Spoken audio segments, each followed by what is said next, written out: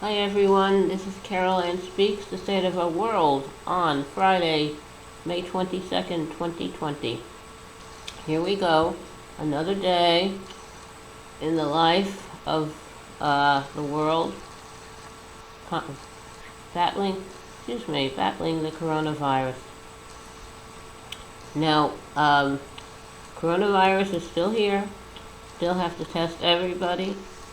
Anyone who tests positive for the virus, trace their contacts. Any of those test positive, trace their contacts. Quarantine everybody who tests positive. Take care of them, get them well. And testing is really necessary. We need a national policy of testing everybody. We do not have that. We need the federal government to take charge. We need someone in the federal government to take charge. Also, we need someone in the federal government to take charge, make sure we have personal protective equipment for everyone who needs it. Personal protective equipment like masks, face shields, gowns, shoe coverings, gloves, whatever people need for all people in healthcare, first responders, frontline workers, essential workers, etc. Those people need that. And we also need to work on a cure that would be a cure for everybody. Everyone would get the cure when it is developed. And we need a vaccine that should be given to everyone. It should be worldwide distribution. Okay. Now, Trump says places of worship are essential places. Those people who are work at places of worship are essential employees, and their places are essential locations for people who want to gather. However, the need is supposedly not to have more than 10 people gathering at a time, and also everyone should still need to practice social distancing, wearing face masks, gloves, etc. Now, Trump claims that it's up to him when to reopen the country, but he's wrong. It's really up to each state. The governor and the police force of each state determine when a state is ready to reopen, not the president. So that is something that he's going to have to live with. He does not have that power. Now, in Illinois, they have various restrictions on what you can do because of the coronavirus, and the Justice Department is complaining about them because there's a Republican representative in the Illinois legislature that thinks that these restrictions go too far. For some reason, Republicans want everybody to get sick. They don't want people to get well. They don't want to do the right thing. So, we need to make sure that things are done safely. Yes, we need jobs. We need people working. We have a lot of people out there working. They're working dangerous jobs, places that are contaminated by the coronavirus, such as meatpacking industry places, farmers, healthcare workers, first responders, all kinds of people. And the people who are still vulnerable we have to protect are those living in veterans' homes and assisted living homes and retirement homes and shelters, and those who are homeless, who don't have a home. So those are all vulnerable people that have to be protected. We have to wear a mask whenever we go out in public, and practice social distancing 6 feet apart from any person you come in contact with. Just to protect you and the person, like the grocery store worker, or the truck driver, or the farm worker, or the first responder. These are all people out there doing their job to help us, so don't put them in danger. There are jobs where you cannot work at home. Those who work at home should not belittle those who have to actually show up to work at a place of business. They don't have a choice, but they should be protected. No one should be forced to go to work if going to work is going to make them sick. So for meatpacking industry or other manufacturing plants, they have to practice social distancing, and they also have to make sure everyone is safe. If someone gets sick, put them in quarantine, trace all their contacts, etc. That is the way it should be done. Now, another group of people that we keep forgetting about is the Native American population. Their reservations are not the best in terms of what is needed to live. Water is not that readily available on each reservation. Neither is electricity. So we need to provide good, safe living conditions for Native Americans. This is their country. They're the real Americans, not the explorers or the colonists or the conquistadors. They are the original Americans. I am a first-generation Hungarian American, so I am not part of an indigenous group. So I came here, whether I was born here, but my parents came here with their parents, with my grandparents, and set up life here. But the real original Americans are the Native Americans. Now this weekend in May, we celebrate a holiday called Memorial Day. Memorial Day originated after the Civil War of the 1860s and was called Decoration Day.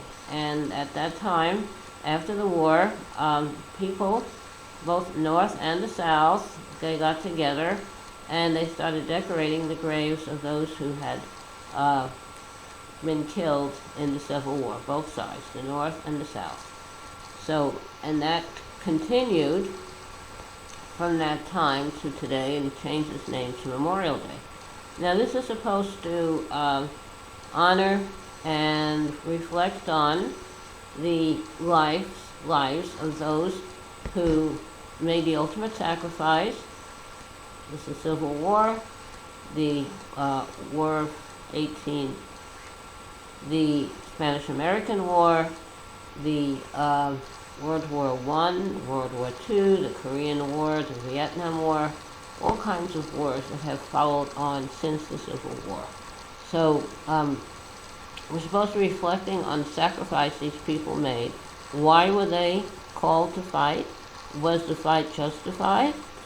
And how do we honor them? I think we should honor them by making sure we have peace and social justice all over the world, so no one has to go to war unnecessarily.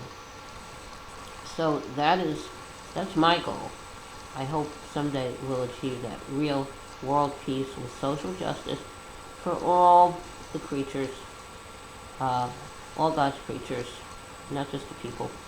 So that's my goal, so I hope we can achieve it someday.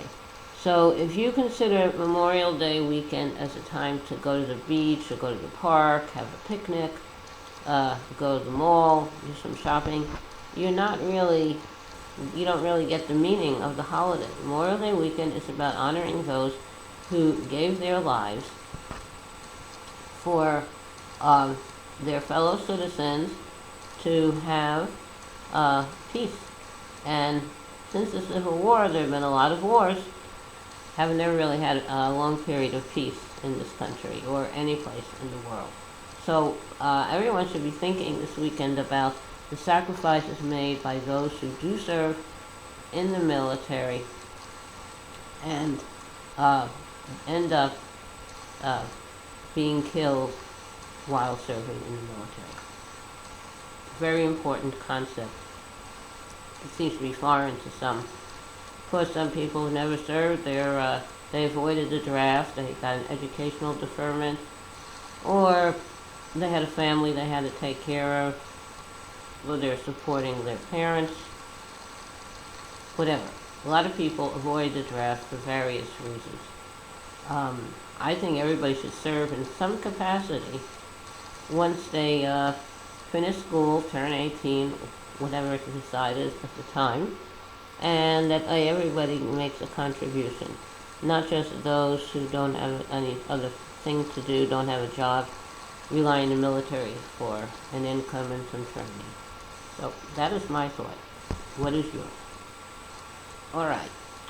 I think that's a really good idea to think seriously about Memorial Day and make sure that no one ever has to go to fight for something that is not needed.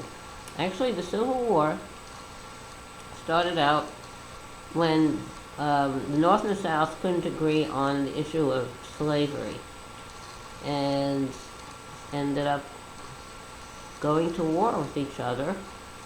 Eventually, slavery would have ended as more automation came into farming. You wouldn't need so many people to, pick cotton, etc. It was the cotton gin was developed. There were various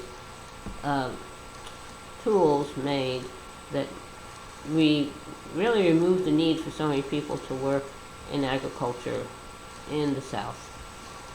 So that would have been nice if they didn't secede, and since they did, why was it necessary to challenge the South on that? Let them secede if they want to. Over 600,000 people from the North and the South died in the Civil War of the 1860s. Totally unnecessary. If the states wanted to secede, let them secede. See how they do on their own. And the North would have gotten along fine. The North had plenty of farming, plenty of industry, would have done just fine. Okay. That's my little sermon for today. Now, maybe it's time to have a little song at the start of this Memorial Day. The song I am thinking of is, what is it called? I don't remember the name of it, but it's, I'll just give it a try, okay? All day, all night, angels watching over me, my Lord. All day, all night, angels watching over me. Now I lay me down to sleep, angels watching over me, my Lord. Pray the Lord my soul to keep, angels watching over me. All day, all night, angels watching over me, my Lord. All day, all night, angels watching over me.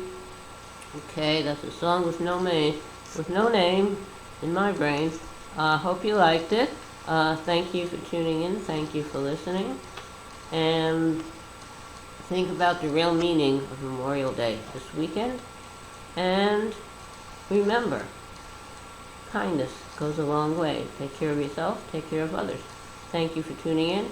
Hope to see you all back here tomorrow evening for another meeting with Carol Ann Speaks, The State of Her World.